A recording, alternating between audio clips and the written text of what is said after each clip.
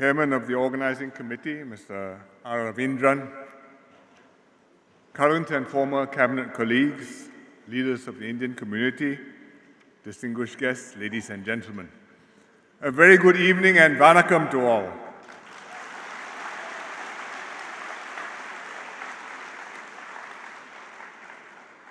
I deeply appreciate the honor that the Indian community is doing me by holding this dinner.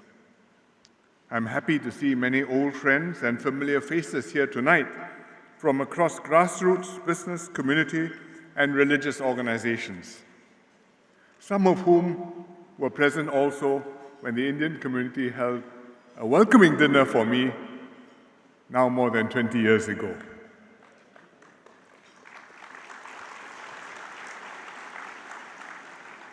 I would like to thank the chairman of the organizing committee, Mr. Ravindran, for his warm words.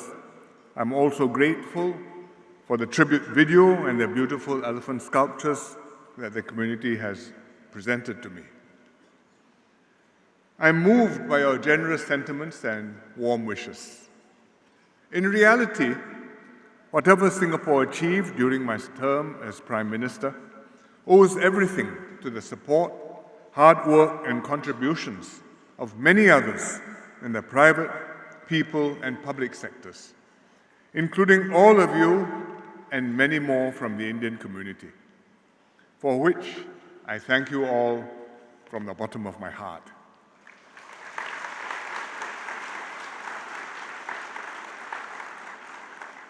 The Singaporean Indian community may be small, but your impact and your contributions to Singapore are far from small.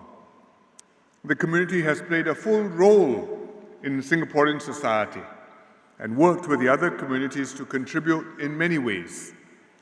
And this shows the success of our multiracial model that has created full and equal opportunities, a harmonious society, and better lives for all, including the minority communities.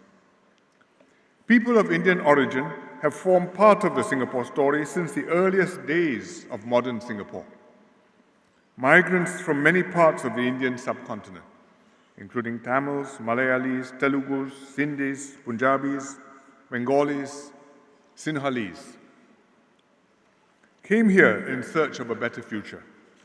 They brought with them the world's major religions, including Hinduism, Sikhism, Buddhism, Islam, Christianity, Jainism, Zoroastrianism, and others. These different groups sank roots here, formed bonds with one another, and out of this kaleidoscope of backgrounds, there gradually emerged a distinctive and proud Singaporean Indian identity. These diverse heritages manifest in our rich and deep Singapore Indian culture. Festivals like Deepavali, Pongal, and Thaipusam are etched into our cultural fabric. Here in Singapore, you can find cuisines from all over India. Traditional Indian dance, arts, and music flourish together with modern variants, as reflected in a diverse range of performances that we are enjoying tonight. The Bhangra to welcome us in at the beginning, and I believe many more performances this evening. The Singaporean Indian community is flourishing, benefiting from the efforts of community organizations. For example, SINDA started as a self-help group to address the relative underperformance of Indian students in English, mathematics, and science. It mobilized volunteers to tutor and mentor Indian students from disadvantaged backgrounds. Through the efforts of SINDA and its partners, Indian Singaporeans have narrowed the performance gap with other groups and in some cases even surpassed the national average. SINDA has since expanded its role to include services such as career counseling, financial assistance, and family support programs. Another example is Narapani Piaravai, the Indian Activity Executive Committee's Council. Operating under the umbrella of the People's Association, Narapani brings various Indian grassroots organizations together to engage the community. Narapani fosters integration and active participation both within the Indian community and in Singapore's multiracial society. We all look forward to Narapani's annual Deepavali and Pongal celebrations, which strengthen the sense of community and unity across diverse Indian groups in Singapore. Narapani also builds bridges with other communities through cultural exchanges, youth engagements, and educational programs. During the pandemic, Narapani pitched in to support the national battle against COVID-19, distributing masks, care packs, and grants to vulnerable and low-income households. Sinda and Narapani Pieravai can do good work because of the strong support of many selfless and community-spirited individuals. We are grateful that many individuals who are doing well, professionals, seniors, and even teenagers still in school, have stepped forward to volunteer. They read with kids from low-income families, mentor youths who are entering the workforce, and organize food distribution drives. They volunteer in racial and religious harmony circles, organize interfaith engagements and initiatives to foster friendships across racial and religious lines. These activities of Indian organizations and individuals reflect the core values that define us: a commitment to leave no one behind and to build a multicultural and multi-religious Singapore. In fact, the ranks of Indian volunteers include many who have moved here only recently. Some have become PRs or citizens and made Singapore their home. Others are still deepening their roots here. Still others are here temporarily, working, studying, or accompanying family. Regardless, they recognize this as a worthy cause and willingly step up to volunteer, and they should be applauded.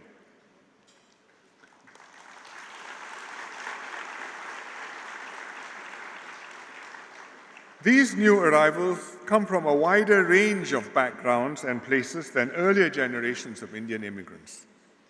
They bring along their diverse experiences and expertise. They add to the vibrancy and dynamism of our Indian culture, and thus they are contributing to the community and to Singapore. Immigrants and foreign workers raise political sensitivities in many societies. Singapore relies heavily on them to top up our population base and talent pool. Therefore, we must manage the inflow and integration of new arrivals with the utmost sensitivity and caution to ensure that the flows are balanced and sustainable. But we must also stand firmly against nativism and xenophobia and welcome the new arrivals to become part of our extended family. We should help them to adapt progressively to the way we do things in Singapore, to our social norms and ethos. It is an ongoing process, but gradually, with the passage of the years and generations, the new arrivals will integrate into the local community. This is how earlier generations became Indian Singaporeans, and it will happen with this generation and with new arrivals from other groups and places too. This is how we can sustain and enrich our shared Singaporean identity. And this is the way to build a cohesive and inclusive society, connected to the world, strengthened, and not divided by our diversity. The Indian community's strength at home has enabled it to reach out confidently to the rest of the world. The connection to India has helped Singapore develop a healthy, vibrant, and extensive relationship with India and other countries in the subcontinent. The CECA, the Comprehensive Economic Cooperation Agreement between Singapore and India, has fostered extensive trade, investment, and travel links between us. Many Indian companies have set up in Singapore to serve the region, while many local Indian businesses have successfully forayed into the Indian market. The Singapore Indian Chamber of Commerce and Industry has played a key role. It has helped businesses to innovate, transform, and expand overseas. It has supported local firms with outreach and advisory to the Indian market. It has deepened economic links between Singapore and India. Last year, the SICCI celebrated its centenary.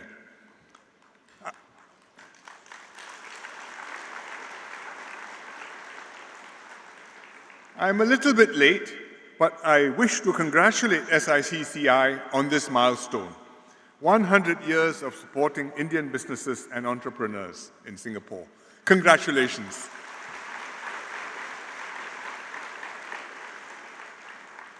India is growing and on the move. We see many opportunities in the Indian market to expand our cooperation in bilateral trade, skills training, and fintech, to explore new fields like healthcare and the digital and green economies. Singapore has a good brand name in India, and we have enjoyed very good ties with successive Indian governments. We must make the most of these advantages to nurture and grow our relationship with India. I'm sure our Singaporean Indian business community will do so.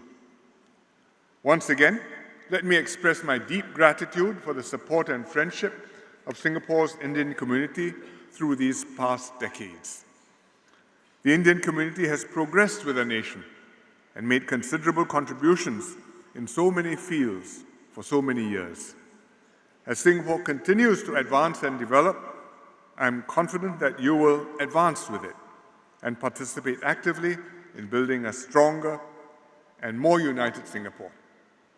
Mika Nandri, thank you very, very much. Thank you.